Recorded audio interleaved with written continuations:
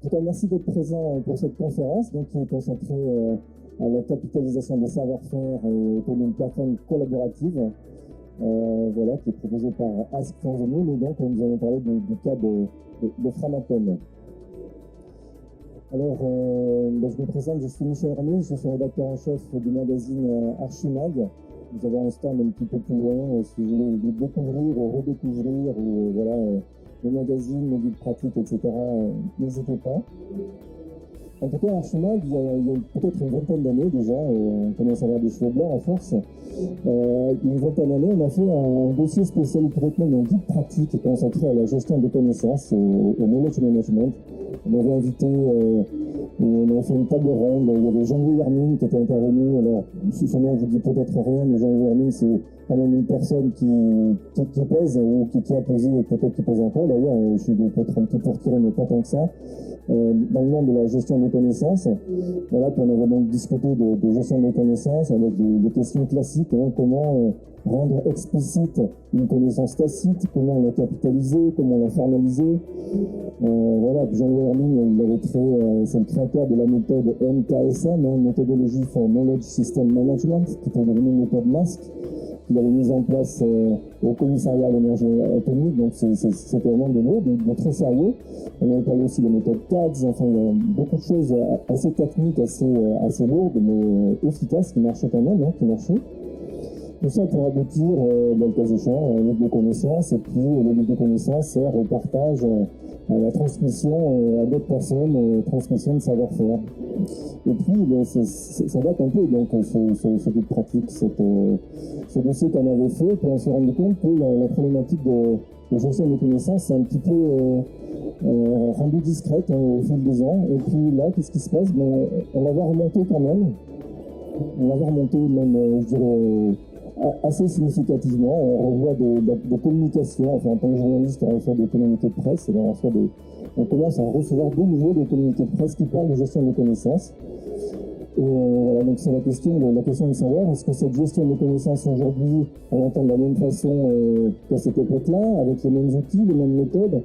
C'est ce sur quoi nous allons nous interroger donc, aujourd'hui avec Clément Dietchi, ici présent, qui est le président et cofondateur d'Ask for the Moon. Et donc, on va pouvoir lui demander d'aller, donc vous pouvez lui poser toutes les questions que vous voulez au cours de cette conférence, effectivement, on va en profiter. On va essayer de rendre cette conférence qui va durer 3 quarts d'heure, hein, la rendre la plus interactive possible, donc n'hésitez pas à poser des questions. Il y a un micro qui viendra vers vous. Et donc, voilà, la première interrogation qu'on peut avoir, hein, c'est qu'est-ce qu'un savoir-faire, comment on peut prendre ça en compte. Et largement, la problématique s'est posée donc chez Framatome, et comment cette problématique s'est-elle exprimée? Bon. Est-ce que je vais peut-être dire 3 phrases sur Framatome, qui est donc le leader mondial de l'ingénierie nucléaire. Donc c'est les ingénieurs, les techniciens, les chercheurs qui construisent les centrales nucléaires d'aujourd'hui, mais aussi de demain. C'est un sujet qui est très à la mode.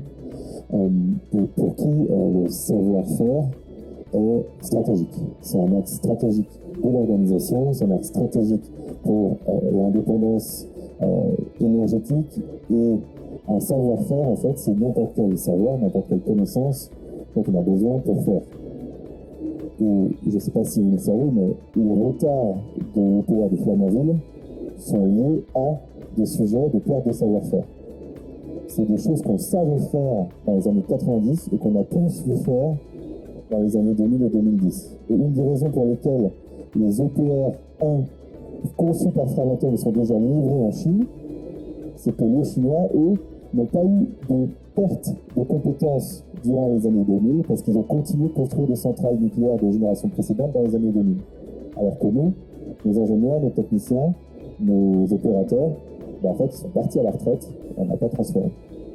Et donc, vous imaginez que chez Framatome, comme dans la plupart des industries, comme la plupart de nos clients, le sujet d'arriver à correctement identifier ce savoir-faire et de les transférer et de les sécuriser sur le long terme, c'est des sujets qui sont essentiels pour la performance à court terme, mais aussi pour la vie des systèmes, des centrales, des avions sur le long terme.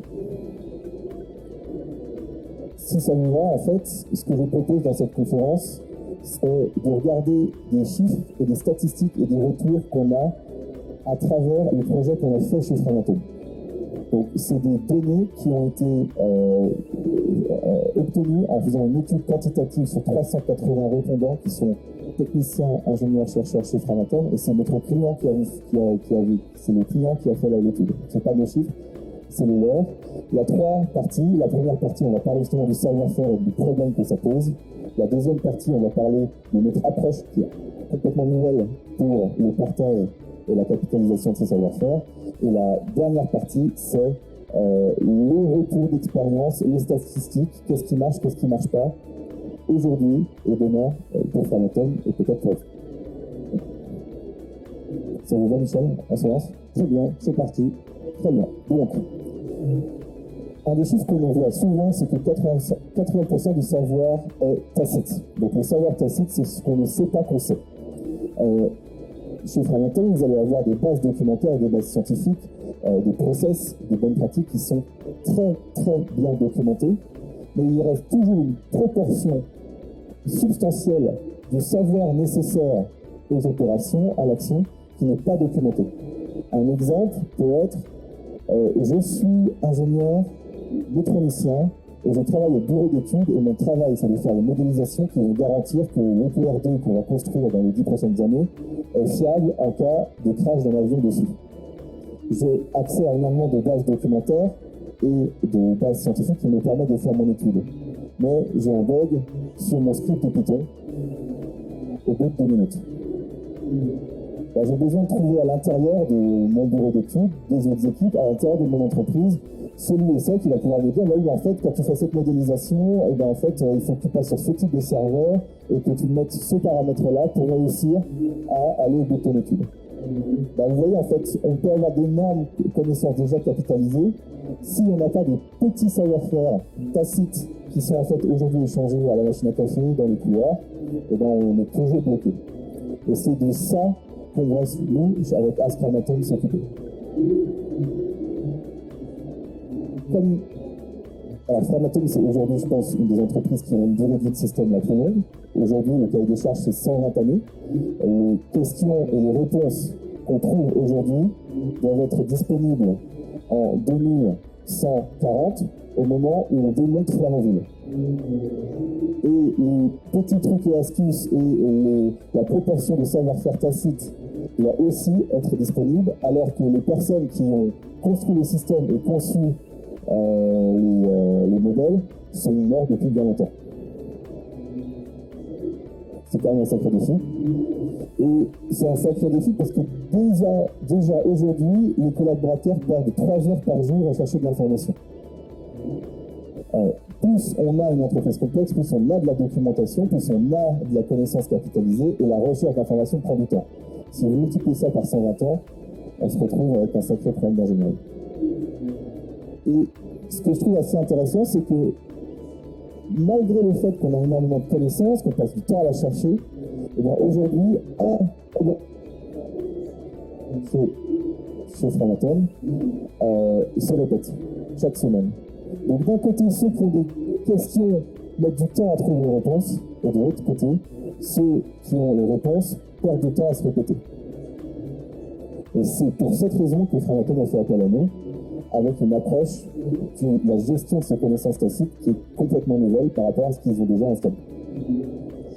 Je crois qu'avant d'avoir fait appel à vous, Framatome avait expérimenté une solution pour capitaliser cette connaissance et ce savoir-faire. Alors, dans tous les cas, l'édifice de knowledge management de Framatome est énorme. C'est un des premiers français, européens, même mondial. Il y a énormément de sujets, de projets, une équipe de knowledge management conséquente chez Framatome.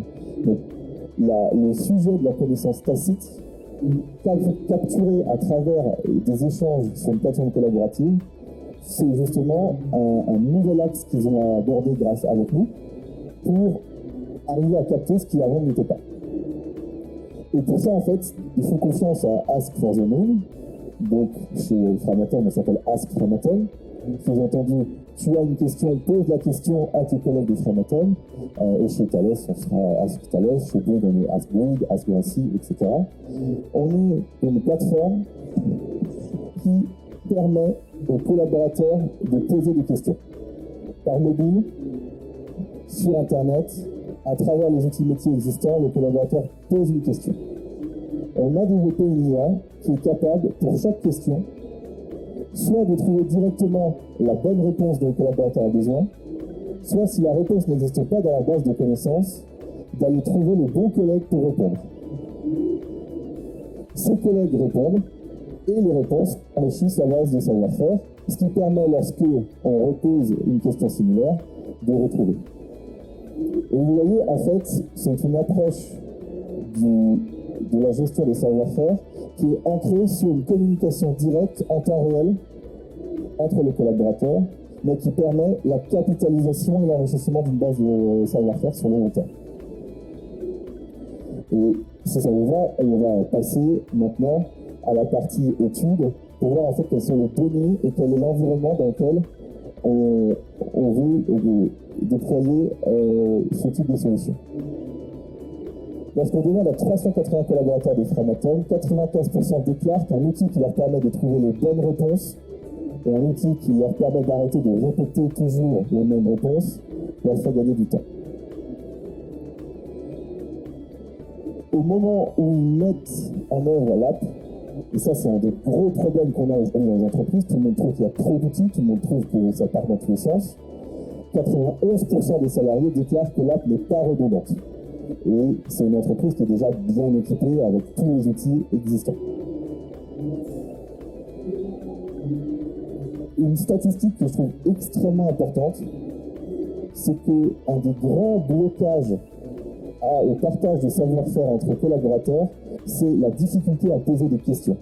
Et chez Framatome, alors qu'on est sur des populations qui sont pourtant des populations d'ingénieurs et de chercheurs qui n'ont pourtant pas peur d'aller chercher des réponses à leurs questions, 1 sur 2 déclare qu'il est intimidant d'aller poser une question à un père, à un collègue, à travers l'entreprise. Et vous voyez d'ailleurs pourquoi on s'appelle Ask for the Moon.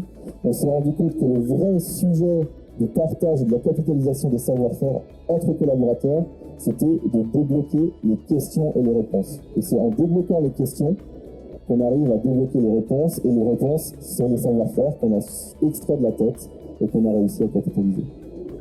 Et la statistique d'après, c'est celle que j'adore, parce que lorsqu'on pose aux collaborateurs « Est-ce que vous voulez répondre aux questions de vos collègues ?», 97% disent « Oui ». En fait, lorsque je connais mon métier et qu'on me pose une question sur mon métier, l'écrasante majorité des collaborateurs veulent partager leur savoir et leur savoir-faire. Mais quand on pense à poser une question, on se dit « Ah non, mais les autres ne vont pas me répondre ». On a peur. On se dit qu'on n'a pas le droit, on se dit qu'il faut savoir, etc. Et vous voyez qu'en fait, derrière une problématique de capitalisation des savoir-faire qui va avoir un impact direct sur la performance des organisations, on a une problématique culturelle qu'il faut un tout petit peu déverrouiller pour réussir à aller à une échelle de partage et de performance supérieure.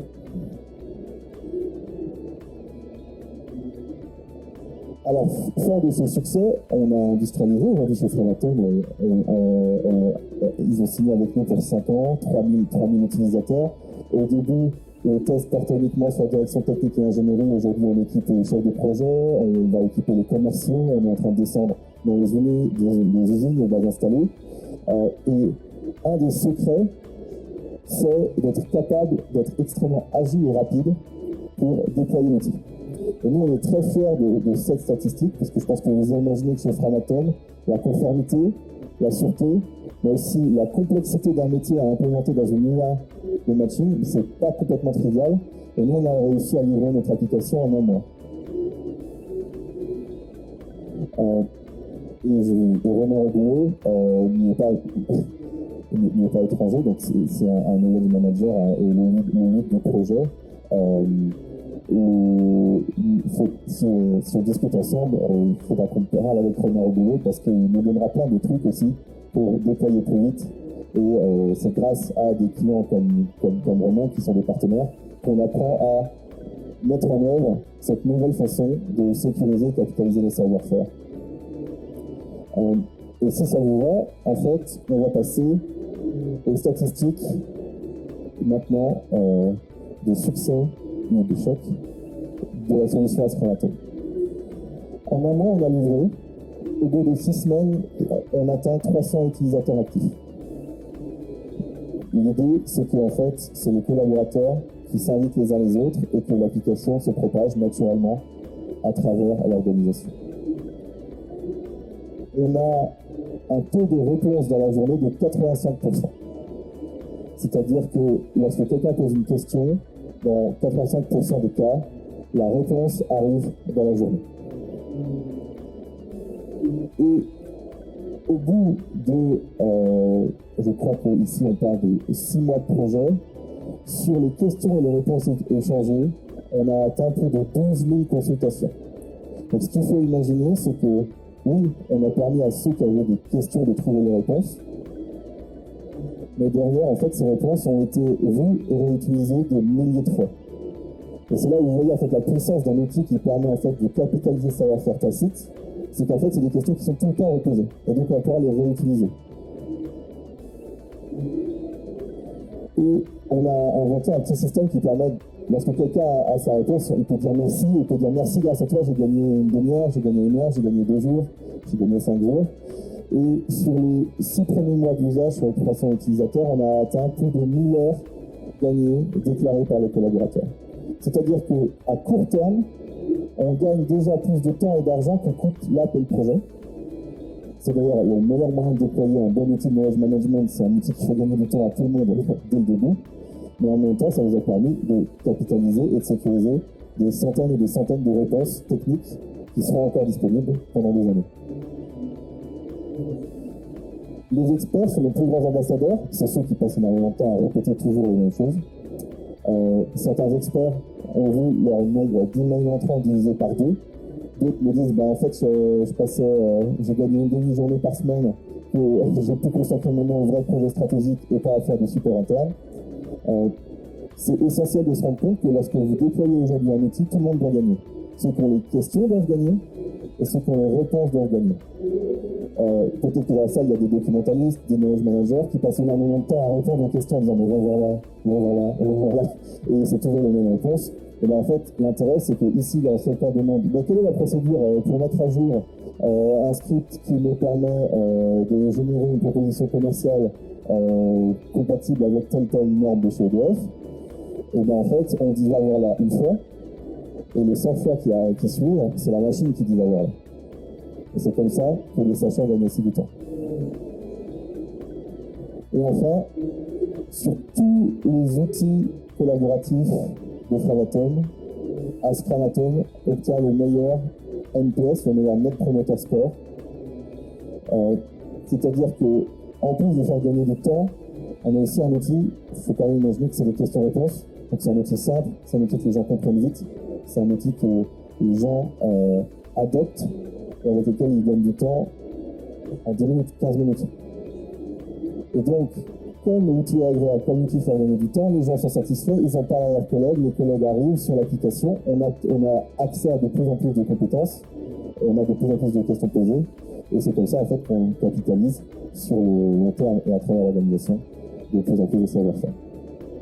Et si je ne me trompe pas, on a fini la partie présentation. Très bien, place aux questions. Alors, ça peut être exagéré, donc il faut vraiment pas hésiter, mais je vais laisser la priorité aux personnes qui sont dans la salle. Je crois qu'il y a un micro qui peut normalement venir vers vous, il est derrière.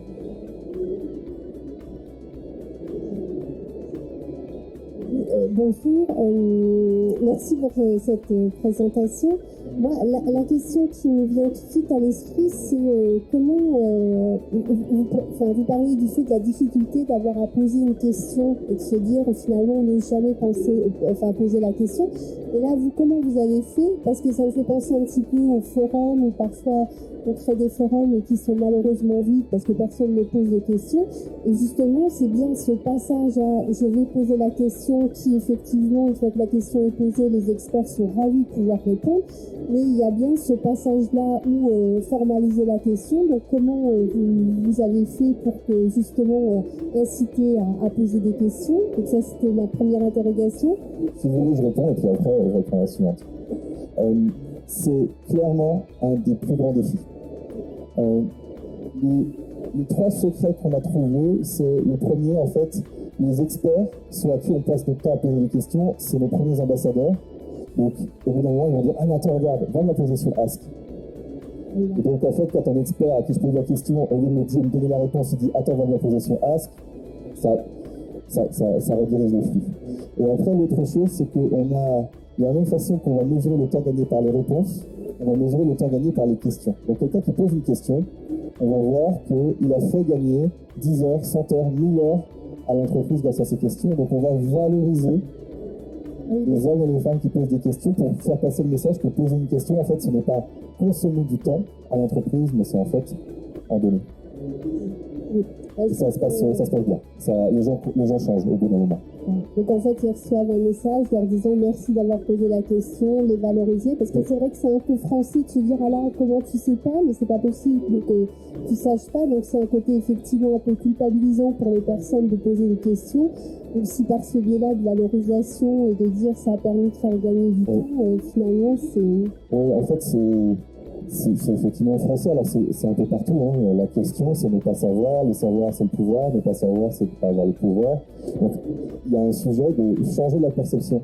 Et l'intérêt en fait d'avoir une plateforme qui va montrer que c'est ok de poser des questions. Alors petit secret aussi, hein, si vous voulez qu'un comportement se généralise, vous demandez à 3 chefs et 3 experts de poser des questions et les autres vont se dire ah ben attendez, si les chefs et les experts le font, c'est bon.